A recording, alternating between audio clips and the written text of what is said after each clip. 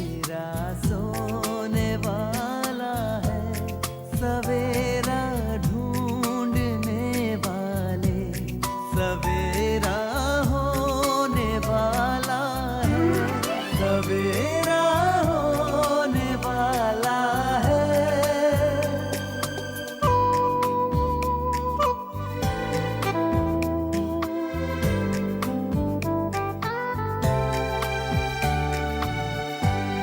खुशी छलकाएंगी किरणें, खुशी बरसाएंगी किरणें, तेरे गम की सियाही को उजाला धोने वाला है, सवेरा होने वाला है, सवेरा।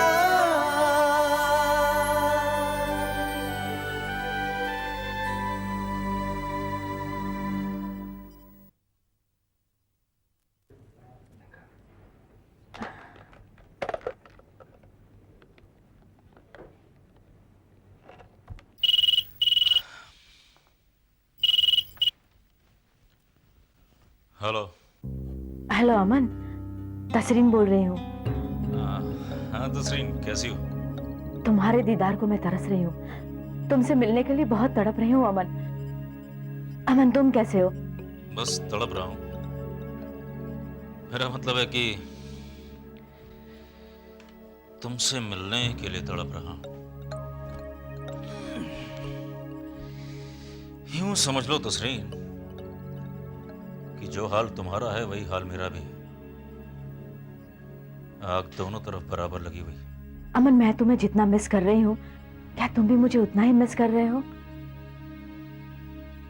हाँ, बहुत बहुत मिस कर रहा हूं मैं तुमको। बस यूं समझ लो कि हर पल, हर लम्हा, हर वक्त तुमको ही याद करता हूँ। अमन मैं तुमसे मिलने आना चाहती थी, मगर अब्बू ने मेरे बाहर आने जाने पर पाबंदी लगा दी है। ठीक है तो किया नहीं, मेरा मतलब है कि तुम्हें अपने अब्बू के हुक्म की तामील करनी ही चाहिए। हाँ अमन, वैसे भी अब हम जल्दी हमेशा के लिए मिलने वाले हैं। हमारे निकाह में अब वक्त ही कितना रह गया है। अमन तुम्हारे घर वाले तो आ रहे हैं ना? हाँ हाँ, आ क्यों नहीं रहे हैं? आ रहे हैं ना। अमन एक बहुत ही इम्पोर्टेंट बात थी जो हमने अब तक तय नहीं की। इम्पोर्टेंट बात? कौन सी इम्पोर्टेंट बात? अरे बाबा वही कि निकाह के बाद हम लोग कहाँ जाएंगे, कब जाएंगे, कितने दिनों तक रहेंगे। तस्रीन तुम क्या कह रही हो? मैं समझ नहीं पा रहा हूँ। अब मतलब ही मुझे तुम्हें समझाना पड़ेगा। वैसे अमन तुम इतने बुद्धू भी नहीं हो, स्टूपिड। तस्रीन मैं सच कह रहा हूँ, तुम्हारी बात वाकई मुझे समझ में नहीं आ रही है। अच्छा अमन, यानी कि तुम मुझे सता रहे हो, और अगर मुझे नहीं सता रहे हो तो तुम एक नंबर के स्टूपिड हो। अरे बाबा मैं हमारे हनीमून के बारे में बात कर रही हूँ। हमने तो अभी तक ये तय ही नहीं किया कि हम हनीमून पर कहाँ जाएंगे।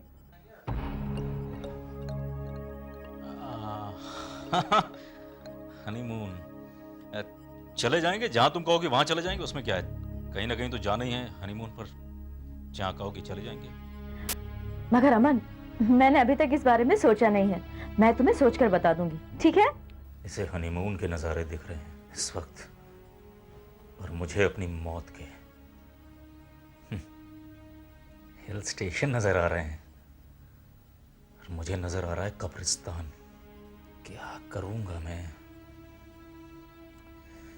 कुछ समझ नहीं आ रहा। वक्त तो वाकई बहुत कम है मेरे पास। हेलो हेलो अमन, क्या हुआ? तुम सुन रहे हो ना? हाँ हाँ, वो मैं सोचने लगा था कि तुमसे निकाह करके जो मुझे तोहफे मिलेंगे उनके बारे में सोच रहा था मैं। तुम बोलो क्या कह रही थी?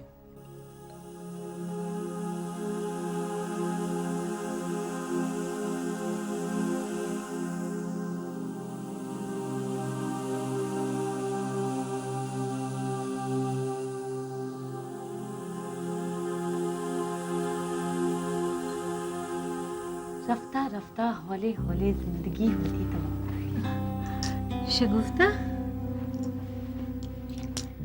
400 सन्नाटों में है अजनबी साए तमाम, वक्त के चेहरे पे लिखी हुई तन्हाइयाँ दफन है खामोशियों में ख्वाहिशों की दास्तां। बहुत खूब। तुम कब आई? मुझे तो पता ही नहीं चला। आप तो अपनी ही दुनिया में गुम थी, आपको पता कैसे चलता? ख्यालों के पर लगाकर आप किसी और ही दुनिया के आसमान में उड़ रही थी, नहीं? ख्यालों के पर मोम के होते हैं शगुफ्ता। हकीकत की जरा सी आंच उन्हें पिघला देती है। बहुत खतरनाक है ये। किसी उड़ते हुए परिंदे के जिस्म से अगर उसके पर अलग हो जाए तो। वाकई बहुत खतरनाक है ये। अच्छा लिखा है। आपकी अपनी लाइंस हैं? हाँ, कभी कभार यूं ही दिल बहलाने के लिए लिख लेती हूँ। आदत तो नहीं कह सकती अभी तक, शौक कह सकती हूँ। और ये शौक मुझे मेरे वालिद साहब से विरासत में मिला है। अरे हाँ, आपके अब्बू बहुत मकबूल शायर है ना? शबाना जी, आपको बुरा तो नहीं लगा ना? मैं इस तरह बे आवाज बिना इजाजत लिए आपके कमरे में चली आई और फिर आपने जो लिखा बगैर आपकी इजाजत के पढ़ भी लिया। अगर आपको बुरा लगा हो तो मुझे माफ कर दीजिए। नहीं नहीं, कैसी बातें कर रही हो शगुफ्ता, मुझे बिल्कुल बुरा नहीं लगा। बल्कि मुआफी तो मैं मांगना चाह रही थी तुमसे। आप मुझसे मुआफी मांगना चाह रही थी? किस लिए? अम्मी ने मुझे बताया कि हामिद तुमसे खफा है। उनकी नाराजगी की वजह शायद मैं हूँ। दरअसल मैंने ही उनसे कहा था कि तुम्हें समझाएं, आइंदा। छोड़िए इन बातों को शबाना जी। शगुफ्ता, मैंने कुछ भी गलत नीयत से नहीं कहा था। आप खामखा परेशान हो रही हैं। अम्मी ने तो आपसे यूं ही कुछ भी कह दिया होगा। हामिद और मेरे दरमियान कोई कशीदगी नहीं रही। मैंने उनकी सारी नाराजगी दूर कर दी है। जो भी वो मुझसे जानना चाहते थे मैंने उन्हें बता दिया। अब आप उस मसले को भूल ही जाइए। ठीक है। अच्छा ये बताओ, किसी खास काम से आई थी मेरे पास? नहीं, बस यूं ही आपसे बात करने का दिल चाहा तो चली आई। हामिद कहाँ है? अदालत में है, कोई काम आ गया उन्हें। अच्छा। शबाना जी, ये लीजिए। ये क्या है? ये वाशी वाले फ्लैट की चाबियां हैं। मुझे मालूम है कि जब हामिद ने मुझे ये घर रहने के लिए दिया था, उससे पहले ये चाबियां आपके पास हुआ करती थी। मैं आपकी अमानत आपको लौटाना चाहती हूँ। लेकिन मैं अब इनका क्या करूंगी? रख लीजिए, शायद कभी काम आ जाए। नहीं शगुफ्ता, इन्हें अपने पास ही रहने दो। ये तुम्हारे पास रहे या मेरे पास, बात तो एक ही है ना। तुम्हारा भी हर चीज पर बराबरी का हक है। ठीक है, मैंने रख लेती हूँ। शुक्रिया, आप बहुत अच्छी हैं। लेकिन मैं आपको इस कमरे में ज्यादा दिनों तक नहीं रहने दूंगी। क्यों? शबाना जी, मुझे बहुत बुरा लगता है। आपने अपना कमरा मेरे लिए खाली कर दिया और खुद इस छोटे से कमरे में रहने आ गई। देखिए ना, ये ठीक से फर्निश्ड भी नहीं है। मैं हामिद से आज ही बात करूंगी कि वो आपके लिए इससे बेहतर बंदोबस्त कर ले। कैसी बात कर रही शगुफ्ता, ऐसी कोई जरूरत नहीं है। मैं बिल्कुल ठीक हूँ, मुझे इस कमरे में कोई तकलीफ नहीं है।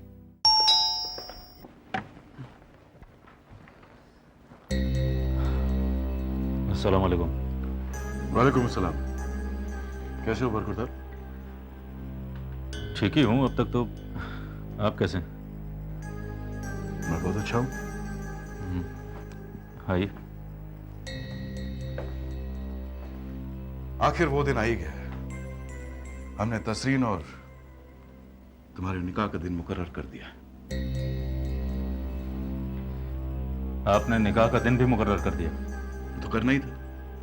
उस रोज हमने तुम्हारे भाई साहब से भी बात की थी फोन पर। बहरहाल इस तरफ आए थे प्रिंटर्स से निकाह की दावत के इनविटेशंस उठाने। ये एक नमूना है और कुछ कार्ड्स हमने तुम्हारे लिए भी छपवा दिए ताकि तुम अपने दोस्तों और रिश्तेदारों को बुला सको। क्योंकि घर वालों के आने के बाद तुम्हारे पास वक्त तो होगा नहीं कार्ड छपवाने का, बांटने का। इसलिए तुम ये कार्ड इस्तेमाल कर सकते हो। अंकल, आपने मेरे घर वालों के आने से पहले ही सब कुछ तय कर दिया। निकाह की जगह मुकर्रर कर दी, तारीख मुकर्रर कर दी, यहां तक कि कार्ड्स भी छपवा दिए। जी। कम से कम आप मेरे घर वालों के आने का इंतजार तो कर सकते थे। जी नहीं बरखुरदार, मेरे पास इंतजार करने का वक्त नहीं है। एक काम करो, एक कार्ड अपने घर वालों को कुरियर से भेज दो। शायद कार्ड मिलने पर वो मुंबई जल्दी आ जाए। All the best.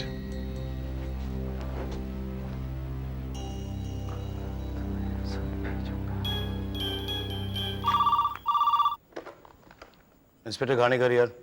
घाणेकर, मैं हामिद बोल रहा हूँ। कहिए मिस्टर हामिद शाह, कैसे याद फरमाया? हाँ, मैं जानना चाह रहा था कि इमरान पकड़ा गया या नहीं। जी नहीं, अब तक नहीं पकड़ा गया। मतलब अभी तक पुलिस को उसकी कोई खबर नहीं मिली, उसका कोई अता पता नहीं है? जी नहीं, पुलिस को अब तक उसकी कोई खबर नहीं है और कोई अता पता नहीं है। घाणेकर, उस आदमी का इस तरह शहर में आजादी से घूमना ठीक नहीं है। शगुफ्ता की जान को उससे खतरा है। वो शगुफ्ता को फोन करके धमकियां दे चुका है। तो मतलब क्या? इट्स योर रिस्पॉन्सिबिलिटी, ये तुम्हारी जिम्मेदारी है। मेरी समझ में यही नहीं आ रहा है कि ये सारा पुलिस महकमा कर क्या रहा है। झक मार रहा है क्या?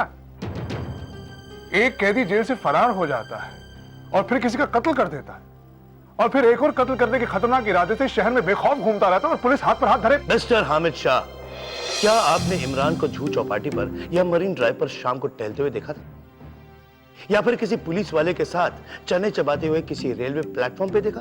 देखो Ghanekar, for your kind information, police अपना काम कर रही है। पूरी मुस्तैदी के साथ उसकी तलाश जारी है। इसके अलावा पुलिस से और क्या चाहते हैं आप? घाणेकर, जब तक इमरान पकड़ा नहीं जाता, शगुफ्ता की जान को खतरा है। अगर आपको अपनी बीवी की इतनी फिक्र है तो आप प्राइवेट सिक्योरिटी हायर क्यों नहीं कर लेते? आई एम सॉरी टू से, मगर मैं उसकी हिफाजत के लिए अब कुछ नहीं कर सकता। Good bye.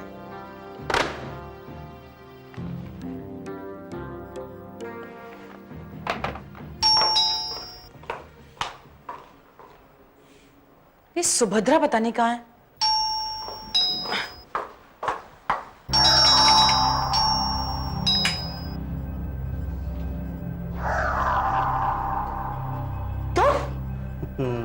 Advocate Hamid Shah की बेगम की खिदमत में आदाब बदला था।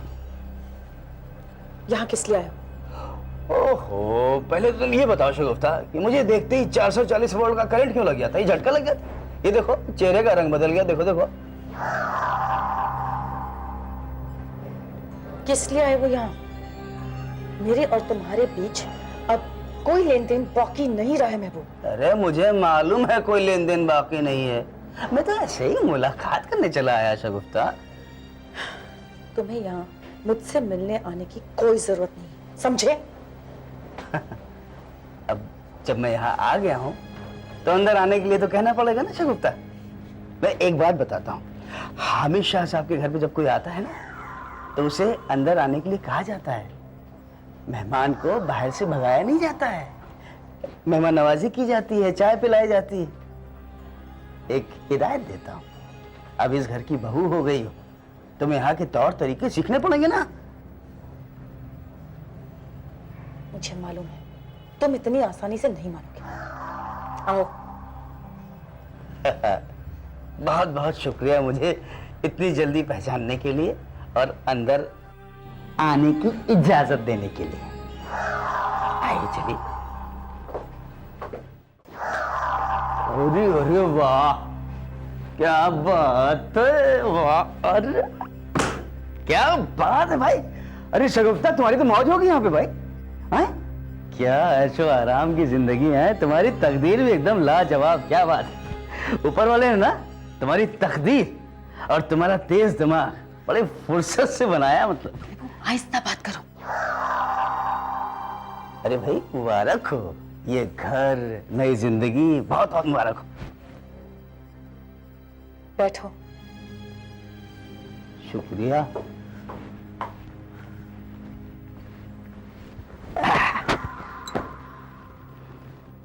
आप जल्द से जल्द बताओ तुम्हारा यहाँ आने का क्या मकसद है?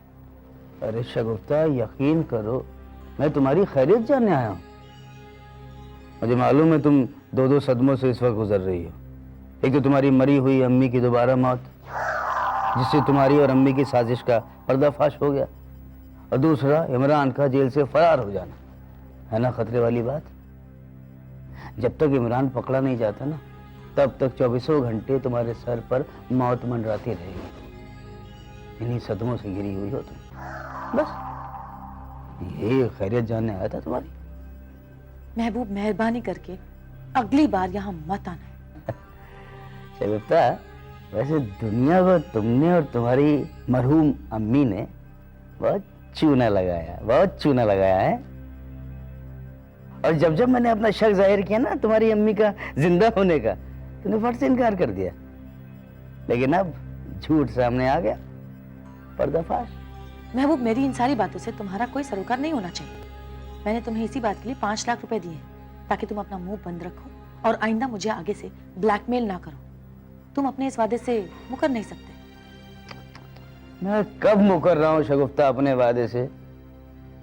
मैंने जो वादा किया था मैं वहीं पर टिका हुआ। मैं कभी तुम्हें ब्लैकमेल नहीं करूँ, यकीन करो। हाँ, जब कभी जैसे पैसे खत्म हो गए, गड़बड़ हो गई, गरीबी आ गई, तो मदद मांगने चला तुम्हारे पास। मुझे नहीं लगता कि मदद करने में तुम्हें कोई तकलीफ हो। माशाल्लाह, दो मोटे आसामी हैं तुम्हारे पास। एक तो जबरदस्ती का बाप और दूसरा शौहर। महबूब, मेरे ख्याल से तुम्हारी नीयत अभी से बदल रही है। शगुफ्ता, मैं तुम्हें एक बात बताना चाहता हूँ। तुम्हारे जो अब्बू है ना, असली अब्बू असलम परवेज साहब, वो लखनऊ चले गए हैं, मुझे मालूम है। और मुझे उनका पता ठिकाना सब मालूम है। इसलिए मैं जब चाहूँ तब उन्हें यहाँ बुलवा सकता हूँ और ये साबित कर सकता हूँ कि तुम अफजल खान की नाजायज औलाद नहीं हो। और साथ ये भी साबित कर सकता हूँ कि अफजल खान की नाजायज औलाद तसरीन है, आफ्ताब खान की बेटी। समझी? इसलिए जो तुमने वो 5 लाख रुपए मुझे दिए थे ना, वो कभी भी खत्म हो सकते हैं। ज्यादा तिरछी मुस्कुराहट मुस्कुराने की जरूरत नहीं। मुझे साइंस के बारे में पता है शगुफ्ता। ठीक है, मैं तालीम याफ्ता ज्यादा नहीं है तो क्या हुआ, मुझे मालूम है वो क्या कहते हैं उसको, हाँ, डीएनए टेस्ट। मैं कभी भी तुम्हारे अब्बू को लखनऊ से यहाँ बुलवा सकता हूँ और तुम्हारा, अफजल खान का और अब्बू का, तीनों का डीएनए टेस्ट करवा लिया जाएगा। उससे ये साफ साबित हो जाएगा कि तुम अफजल खान की बेटी नहीं हो। समझ गई? अपने अब्बू की बेटी। और दूसरा डीएनए टेस्ट अफजल खान का, आफ्ताब खान का और तस्लीम का कराया जाएगा, जिससे यह साबित हो जाएगा कि तस्लीम अफजल खान की औलाद है, आफ्ताब खान की नहीं। समझ गई? अब चुप रहना जरा, मम्मी आ रही है। प्लीज जुबान बंद रखना, समझे? महबूब, चाय तो पी लीजिए ना। अस्सलाम वालेकुम अम्मी जान। वालेकुम अस्सलाम। सब खैरियत है? जी हाँ। अच्छा शगुफ्ता जी, अब मैं इजाजत चाहूंगा। मैंने जो आपसे बात की है ना, जरा गौर फरमाइएगा। जी जी, खुदा हाफिज। खुदा हाफिज।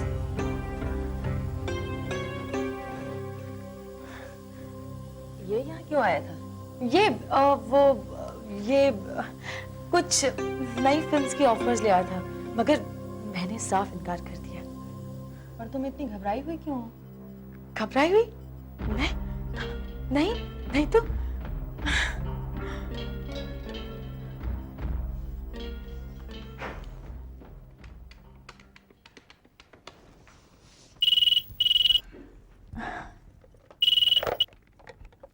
हेलो। हाँ तसरीन। हेलो अमन। तसरीन, ये तुम्हारे अब्बू को क्या हो क्या गया है? क्यों? क्या किया अब्बू ने अमन? ये पूछो कि क्या नहीं किया उन्होंने। तसरीन, वो मुझे मेरी ही नजरों में गिराते चले जा रहे। मेरी ईमानदारी, मेरे इरादे, मेरे जज्बात, इन पर अपने शक के सैकड़ों थप्पड़ मारे हैं उन्होंने। वो मुझे बार बार ऐसा महसूस करवा रहे जैसे मैं कोई। देखो अमन, मुझे साफ लफ्जों में खुलासा करके बताओ कि आखिर अब्बू ने किया क्या है? क्या किया? यहां आए थे वो, मेरे घर, तमाशा बना रखा है। हमारे निकाह की दावत के इनविटेशन कार्ड्स तक छपवा दिए उन्होंने। मुझे कार्ड्स देने आए थे। तस्रीन, तस्रीन मुझे माफ करना, बट जब भी वो कुछ ऐसा करते हैं या मुझे मिलते हैं, मुझे ऐसा महसूस करवाते हैं जैसे मैं कोई चोर उचक्का हूं और मैं चोरी करके फरार होने की फिराक में हूं, और वो कोई जाल बिछा रहे हैं मुझे पकड़ने के लिए। क्यों करते हैं वो ऐसा? तसरीन, क्या उन्हें रत्ती भर भी एतमाद नहीं मुझ पर? तसरीन, क्या तुम इतना भी नहीं कर सकती मेरे खातिर कि तुम उन्हें यह यकीन दिला दो कि that I really love you? मैं तुम्हें वाकई बहुत चाहता हूं, बेपनाह मोहब्बत करता हूं मैं तुमसे। मेरे इरादे नेक हैं तसरीन। तसरीन, क्या तुम इतना भी नहीं कर सकती हो कि तुम उनसे कहो कि कम से कम मुझसे इस तरह से पेश ना आया करें? हाँ? देखो अमन, मैं समझ सकती हूँ कि अब्बू के बर्ताव से तुम पर क्या गुजर रही है। अमन, आई एम रियली सॉरी। अमन, अब्बू की ओर से मैं तुमसे माफी मांगती हूँ। तसरीन, तुम्हारे अब्बू मेरी मुश्किल समझने की कोशिश नहीं कर रहे हैं। देखो, मेरे वालिदैन, मेरे घर वाले जब यहां आएंगे और उन्हें पता चलेगा कि यहां तो सब कुछ पहले से ही तय है, यहां तक कि निकाह के इनविटेशन कार्ड्स तक छप के बढ़ चुके हैं, तो उन्हें अपनी बेइज्जती नहीं महसूस होगी? हैं? वो ऐसा नहीं महसूस करेंगे जैसे वो अपने बेटे के निकाह में एक मेहमान के तौर पे आए? देखो तसरीन, अगर तुम्हारे अब्बू को तुम्हारे मुस्तकबिल की फिक्र है, तो मुझे भी अपने घर वालों के जज्बात, उनकी इज्जत की फिक्र है। बड़े अफसोस के साथ कहना चाह रहा हूं, बट देखो, जिस तरह से तुम्हारे अब्बू कर रहे हैं, उस तरह से तो मैं अपने घर वालों को खो दूंगा। वो अपना रिश्ता खत्म कर देंगे। नहीं अमन, तुम फिक्र मत करो, मैं ऐसा नहीं होने दूंगी।